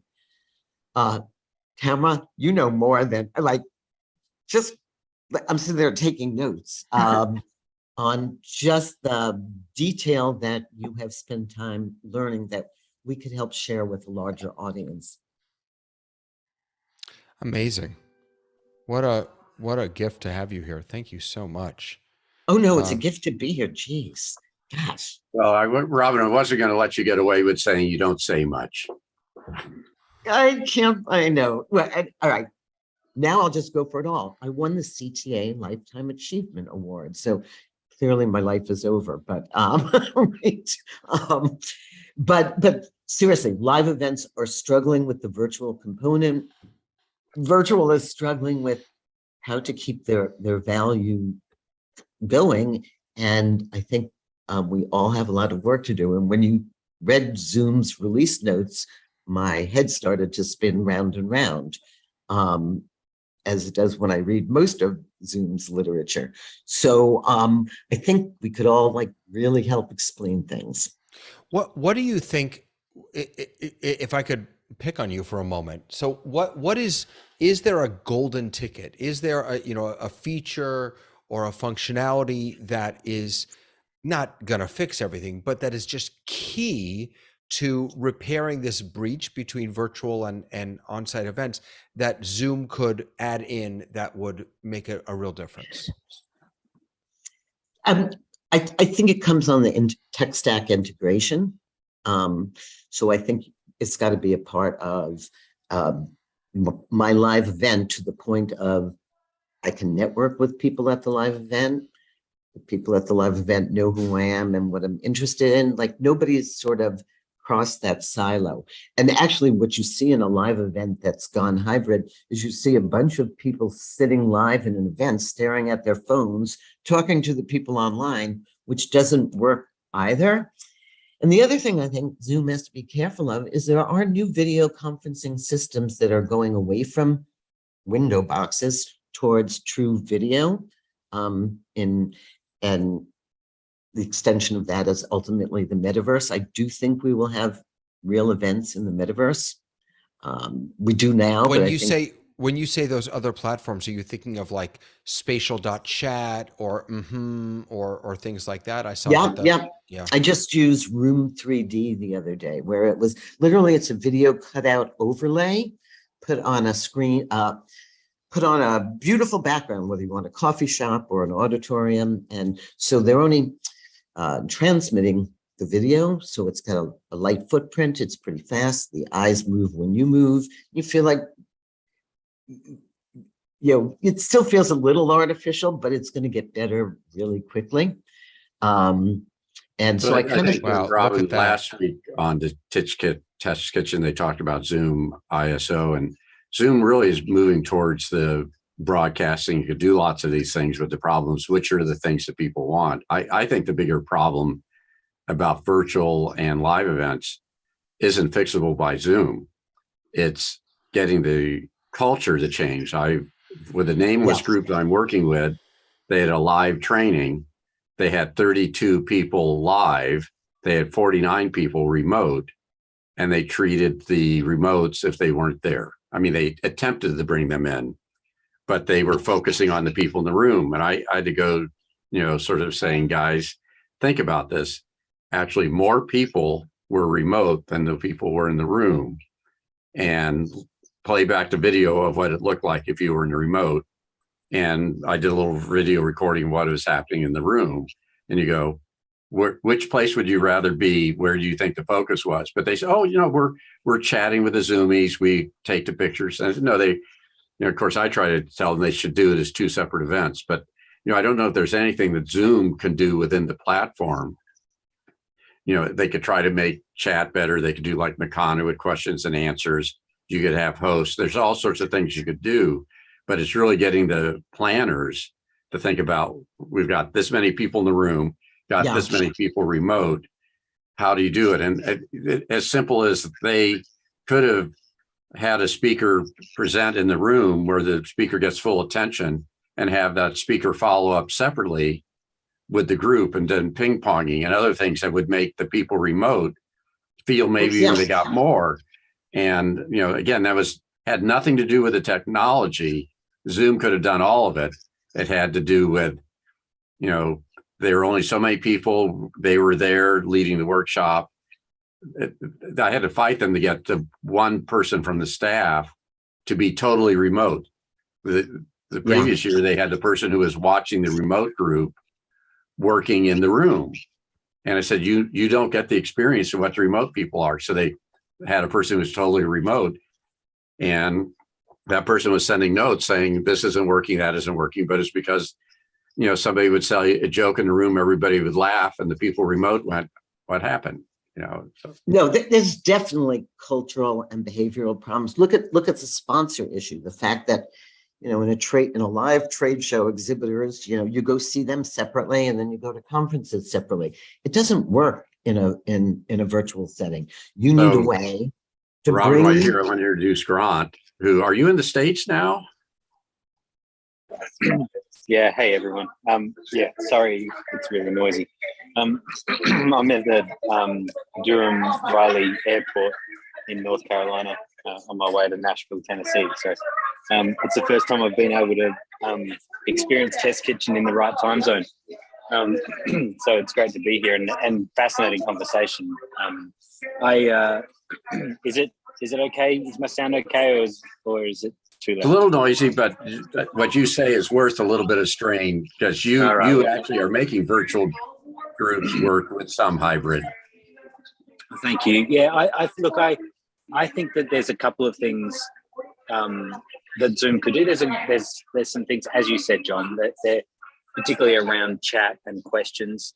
Something that could be a really easy win for Zoom for hybrid would be creating a text-only ability to join a meeting, so that all the people on site could join the meeting via text only, which means that they have no video interaction, no audio interaction, but they have chat and they have Q&A. And now that's a really easy way to tie everyone into the same platform, whether they're in person or online. That would have been great at this meeting because the remote person did chat. They couldn't get it big enough on the screen. So the in-person room had to read it, where everybody there had a device. They could have been following the chat at the same time. And a lot of them were chatting to other people during the meeting. That would be really easy. But I think that it's a broader question, and that is, we're always going to fall short if we are comparing in-person events to how we can do it. How do we do that online and virtually? It's the wrong question, because what it means is you're trying to say, how do we do the same thing? How do we do networking that we do when we're rubbing shoulders with people and we're having a drink with them? How do we do that online? It's the wrong question. The question we're wanting to get to is, what does networking do on site? That's what we want to achieve, not not that we want to do networking, but we want to get to the heart of what that's about. It's the same as what's the purpose of your event? If it's about education, it's about people hearing diverse opinions.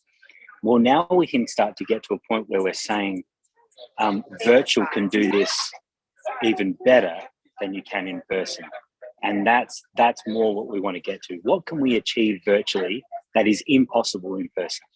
And that's what we've started to see with things like what we're doing right now in Test Kitchen. We've got a whole group of people that are engaging around an interesting topic that would be near impossible to do in person. And the reason I say that is the type of interaction that we have. So how would we do this? We're all sitting in a room, all facing the same direction, looking at the back of people's heads. Then we have to go and stand up at a microphone, or we have to put our hand up for a microphone, or whatever that is. And we're sort of engaging with a panel. Maybe there's half a dozen people sitting on a stage. It's very different to when you have 30, 50, 100 people who are engaging like this, who have equal voice. That's a different thing.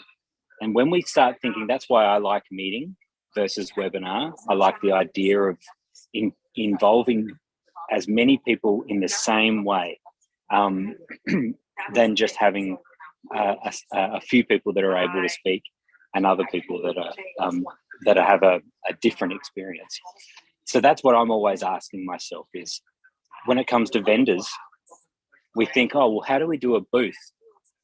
Once again, wrong question. The booth was about people bringing their office space or their demo space into an expo area. And so it was like they created these virtual office spaces in an expo space. So then we go, okay, how do we make a booth, a virtual booth online for people to access? We're like, why are we doing a virtual of a virtual of a virtual? At the end of the day, we're wanting vendors to meet with their potential customers and experience what the product is that they're selling, the service. And what we can do in virtual better than we can in a booth is they can engage with 20 or 30 people far better than they could have in a booth. Everyone's learning from other people's questions. They're able to do a pitch. They're able to hear all that in a virtual environment that works arguably better than it does when they're standing in a booth. So anyway, there's a rant. Grant, can I add some more to that? Is, if we go 2.5 years back when, early 2020 when COVID began, let's go just before that. We had AV companies who had these massive investments in equipment, technology, and skill. We had event planners who understood that space, and they lost their jobs overnight, right? And with that, they had warehouses full of assets for 2 years doing next to nothing. And if they were going to survive, they had to go grab onto and learn the best they could as quickly as they could how to do a virtual event so that they could bring in some revenue for from their customers. On the other hand, virtual meetings became extremely popular because it was the only choice companies had, and the recognition of the benefits of one, sending everybody home and not coming to work anymore, proved, in fact, even though they were too scared to test it, if you will, before they had to actually implement it, they proved in most cases that they could be very productive, create the revenue streams, if not more, than they were before.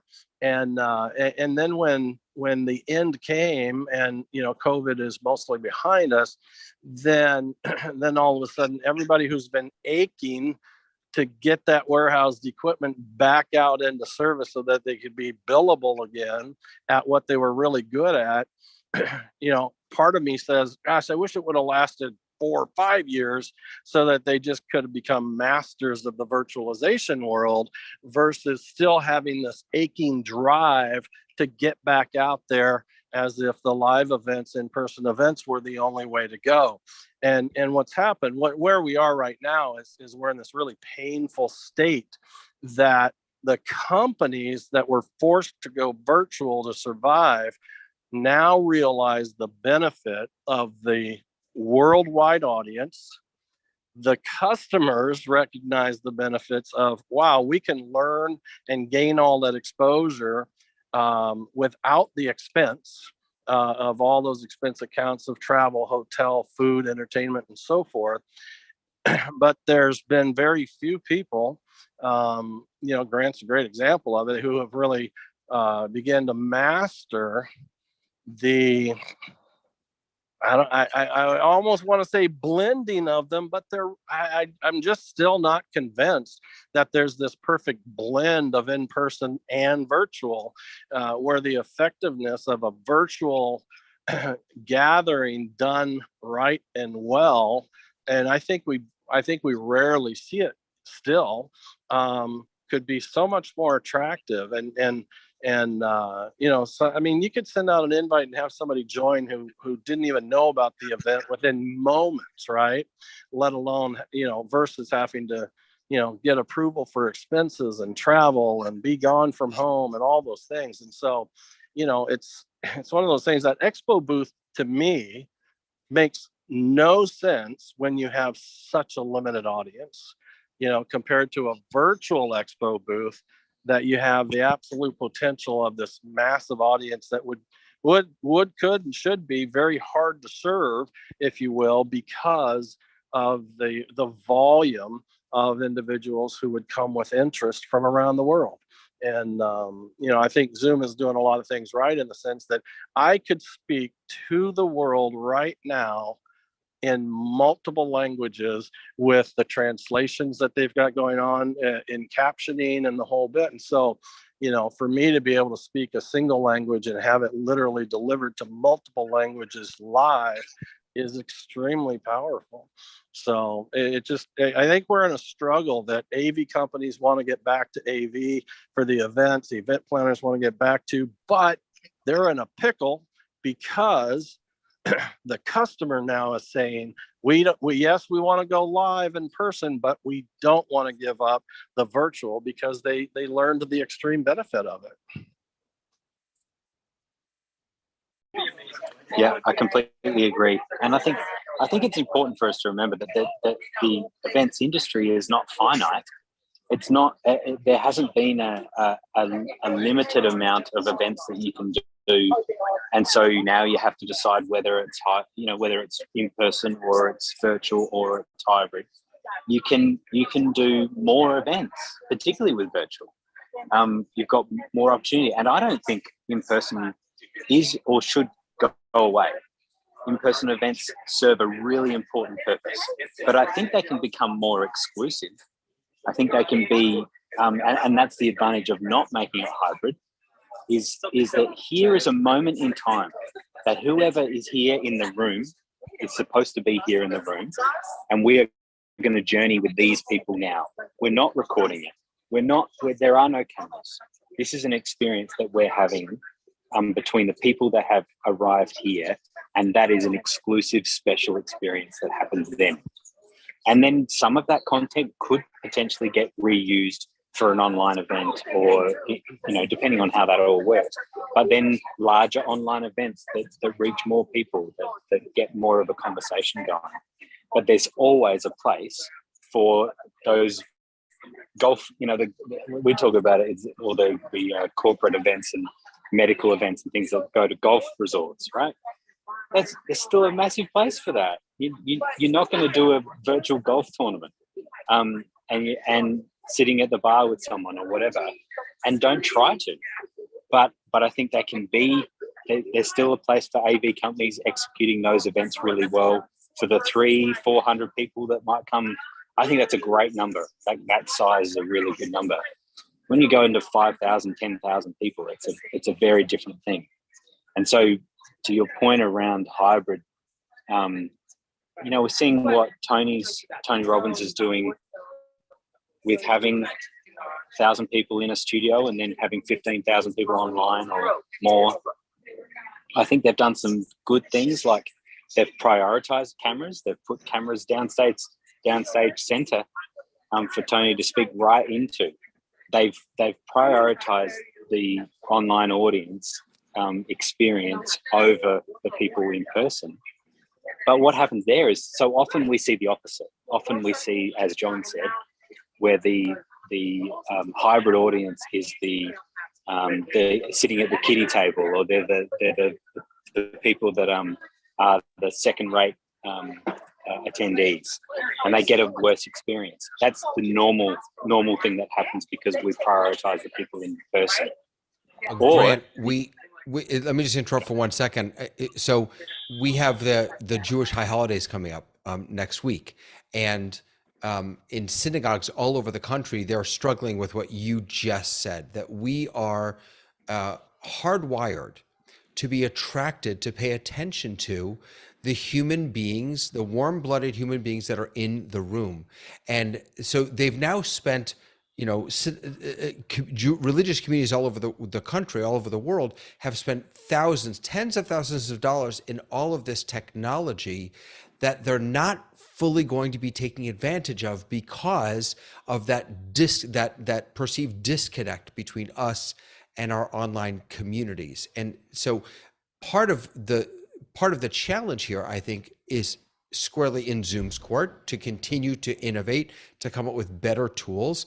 I absolutely agree with Robin. You said that that webinar is like watching TV. Absolutely.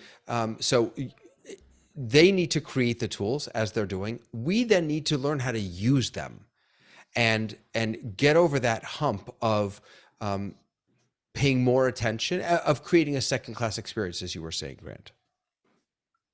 So Yeah, I'll share- you know, and I think about live virtual events, and you know, I've questioned customers during planning stages, and you know, I'll ask them, you know, so what have you been doing so far?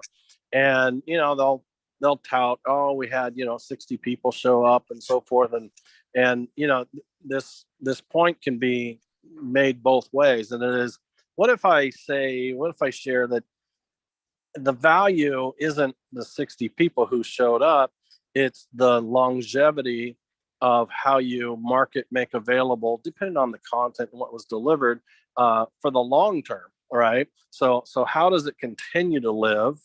And or on the flip side of that is what Grant was talking about earlier, is the exclusive moment of it won't be recorded, it won't be made available afterwards. But if you're, it's not just those rules that make it exclusive, it's the experience. You know, if you want people to show up live, you have to do things live that they absolutely can't experience in a recording. And you have to separate those two. So much of it becomes the mindset of the planners. You know, I mean, you've got cameras, you've got microphones, and you've got earbuds. There's the technology. You know, it's so much of it's really about the planning of it and really getting down to the purpose, what you know, begin with the end in mind, the old Stephen Covey thing, right? And really, what's our end objective? You know, sometimes it's just marketing, but sometimes it's much more than that. And I think there's a lot missing on that. The definition of the meeting and its outcome. Does it need to live for a long time? Then that live really doesn't matter so much, as much as maybe the content and so forth, so it lives on. Or does it need to be exclusive? And then what content and methodologies and so forth make it exclusive? Jeff, Yeah, I totally agree. Sorry. No, sorry, Grant. I just want to make sure that Jeff knew that when you joined, you reclaimed host. So you're the boss of when this meeting ends now. I just wanted to make sure that you knew that. Sorry. I was pretty positive I hit remain co-host. I'm going to change that. No, you took it. It's yours, buddy. Yeah, you own it. You can't, no give backs. The monkey's on your back now. You know, you're stuck. It does say goodness. Thanks. To just tie back to Zoomtopia for a second, I would hope that there's nothing wrong with Zoomtopia broadcasting their live sessions. You know, I'm like, broadcast is really helpful. Like, it's handy for us to experience that. I don't think it needs to be. I think they'll try to do it as a hybrid, but it would totally be fine just as a live stream. And then they do all the stuff in person, and then a couple of days later they do the online version of that, and they have live panel discussions and Q&A with online, and you know, labs and workshops and all of that sort of stuff can all happen exclusively for the online audience. And that would be a great way of doing it. Just separate out. Don't try to do it hybrid. Sure, live stream the sessions, great, but don't try to include that online audience, because it's just going to kind of fall short, as hybrid does. It's just not possible, I don't think, to do it to serve both audiences well. You're always going to be prioritizing one. And here's the gotcha to hybrid. Hybrid equals more expensive, period, because you're not giving up a single bit of cost to the past in-person event. That's going to cost as much or more as it always did. But now you've learned the benefit of virtual, and now you want to have both. And the fact is, that simply costs more, because there's a ton of technology skill, and what we're talking about is the right event, the right planning, you know. And so I like you said, there's an absolute place and purpose and reason for live in person, and then there should be equally an absolute definition of why virtual. There's no reason to do it live, right? And so yeah, we're in a moment. We're in a moment right now. I think so many are trying to really figure it out, but it's going to take some time and some, pain, which we're in, to really start nailing it down. This is such a great discussion. I just we're hitting the top of the hour, so I just want to be respectful of people's time. I just want to, Jeff, I'm so glad you were able to pop in. I mean, I'm sorry it's raining. I'm sorry you got stuck in the rain, but really, really glad that you were able to pop in, and Grant also at the end here. What a pleasure to have you. John have people recovered from the celebrations? I've recovered from both the wedding and the kitchen remodel. The kitchen remodel also. All right. My studio has yet to recover. And we had a workshop last week that I was working on. So I'm not in my normal gear. So my audio is probably not as good. You sound I did get a haircut. That's probably the one improvement I've made since the wedding. Looks wonderful. And Robin, I know you turned your camera off, but we're not letting you off the hook. You've got to come back and join us again. What an honor to have you here. Really wonderful. Well, I learned so much. Yeah, I'm curious as to what Zoomtopia is going to announce, because they're being asked to do a lot of different things by a lot of different people. And you've got this little metaverse thing going on, but your conversation, and I think what Grant said, just this idea of temporality, the live event and the virtual event, and they don't have to happen at the same time. People are starting to talk about subscriptions for events, like just here's my money, and I want to be involved in everything you do for a year. Some will be virtual, some will be physical, some will be intimate, some will be larger. And I think we're in a great period of experimentation like that. We really are. You know, what you just said about how so many different people are asking so many different things from Zoom. I think that's always important for us to remember. Every time we get frustrated that it's not doing X, Y, or Z, we have to remember, number one, that we are not their market. You know, we're not the demographic that they're really shooting for. Well, we are a demographic they're shooting for, but you're right. We are pulling and pushing these tools. They should be paying you guys. Well, look, I'll just say that compared to, the Grants and the Jeffs and the Johns and the Peters of the world, I'm a no one in this stuff. And to be able to be a part of helping these tools be crafted is what a gift that is, to feel like we've actually contributed in some way to these tools being crafted in a way that they can be most helpful to the most people. It's really pretty amazing. So, all right, friends, I think we should probably call it a day for today.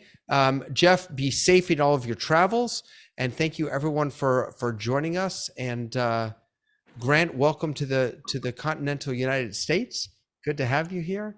Tamara, wonderful to see you. And Mike, thank you so much for being here.